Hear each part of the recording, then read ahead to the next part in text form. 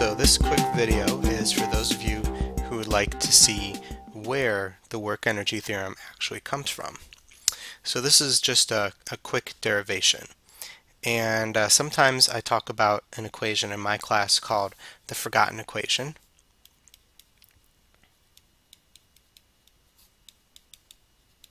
And if you remember, the forgotten equation was something like this.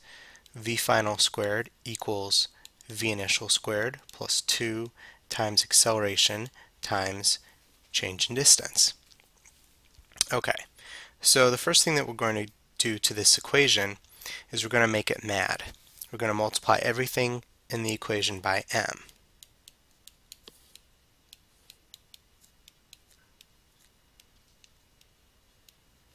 And we don't need to worry about the change in sign, so we can just take that guy out. So what this does is, that's why I said it makes us mad. We have mass times acceleration times distance. Next thing we're going to do is we're going to divide everything by 2.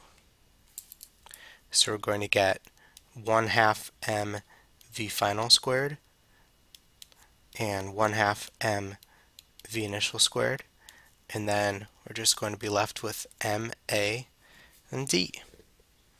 Okay, so you might remember from way back when that if you take mass and multiply it by acceleration, you get Newton's second law, or the net force. So that means that we can replace ma with F for force.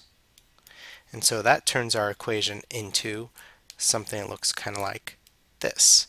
I'm also going to take the 1/2 mv initial squared and subtract it so it's on the other side.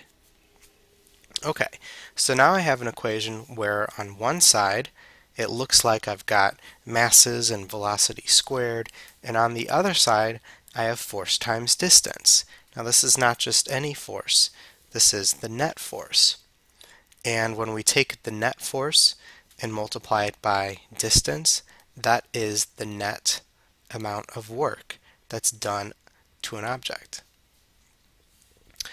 So on the left side, 1/2 m v final squared is probably something you recognize. That's actually the final kinetic energy.